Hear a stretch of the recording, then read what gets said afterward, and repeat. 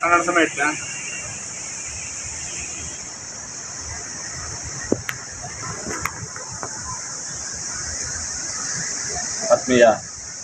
ಮಾಧ್ಯಮ ಮಿತ್ರರೇ, ಇವತ್ತಿನ ಒಂದು ವಿಶೇಷ ಸುದ್ದಿ.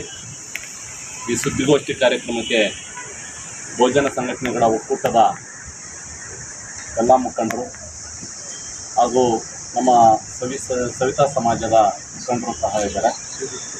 ಶ್ರೀ ರಘುಪತಿಯವರು, ನಮ್ಮ ಹರಳಿ ನಾರಾಯಣವರು, ಶಾಮಣ್ಣವರು, ಕಲೀಮ್ರವರು, ಪವನ್ರವರು, ಮಂಜುನಾಥ್ರವರು, ಅಪ್ಪಮೂರು ಶಂಕರವರು, ನಮ್ಮ ಮಲ್ಲಾಕ್ನಳ್ಳಿ ಕೃಷ್ಣಣ್ಣವರು, ರಂಗನಾಥ್ ಅವರು.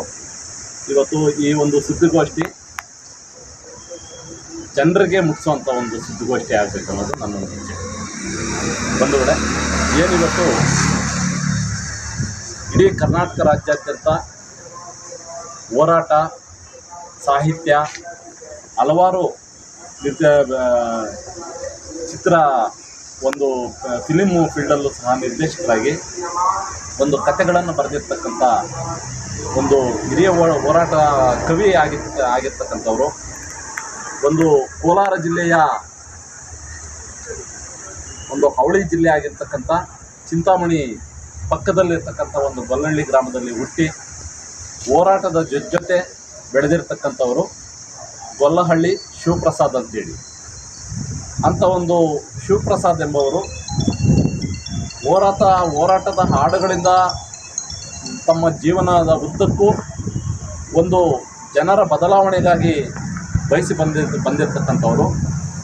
ಅಂಥವರು ಇವತ್ತು ಕರ್ನಾಟಕ ರಾಜ್ಯದ ಕಾಂಗ್ರೆಸ್ ಪಕ್ಷದ ಆಡಳಿತದ ಅವಧಿಯಲ್ಲಿ ಇವತ್ತು ಕರ್ನಾಟಕ ಸರ್ಕಾರ ಜಾನಪದ ಅಕಾಡೆಮಿಯ ಅಧ್ಯಕ್ಷರಾಗಿ, ನೂತನವಾಗಿ ಅಧ್ಯಕ್ಷರಾಗಿದ್ದಾರೆ. ಅಧ್ಯಕ್ಷರಾಗಿ ಇವತ್ತು ಇಡೀ ಕರ್ನಾಟಕ ರಾಜ್ಯಾದ್ಯಂತ ಇವತ್ತು ಬಹಳಷ್ಟು ಕಲಾವಿದರನ್ನು ಗುರುತಿಸ್ತಕ್ಕಂಥ ಒಂದು ವ್ಯವಸ್ಥೆ ಅವರ ಅವಧಿಯಲ್ಲಿ ಆಗಬೇಕನ್ನೋದು ಕೂಡ ನಮ್ಮ ಬಹುಜನ ಸಂಘಟನೆಗಳ ಒಂದು ಮುಖ್ಯ ಉದ್ದೇಶ.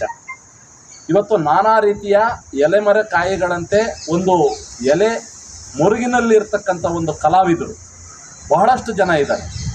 ಒಂದು ತತ್ವಪದ ಆಗಿರ್ಬೋದು, ಚಿತ್ರಗೀತೆಗಳಾಗಿರ್ಬೋದು, ರಂಗನಾಯಕರಾಗಿರಬಹುದು, ತಮಟೆ ಕಲಾವಿದರಾಗಿರಬಹುದು, ವಿವಿಧ ರೀತಿಯ ಕಲಾವಿದರು ಇವತ್ತು ಒಂದು ಗ್ರಾಮೀಣ ಭಾಗದ ಸುಗಿಡಿನಲ್ಲಿ ಅವ್ರದ್ದೇ ಆದಂಥ ರೀತಿಯಲ್ಲಿ ಇವತ್ತು ಬಹಳಷ್ಟು ಜನ ಆ ಒಂದು ವಿದ್ಯೆಗಳಲ್ಲಿ ತೊಡ್ಕೊಂಡು ಇವತ್ತು ಅವ್ರದ್ದೇ ಆದಂಥ ರೀತಿಯಲ್ಲಿ ಜೀವನ ನಡೆಸ್ತಾ ಇದ್ದಾರೆ.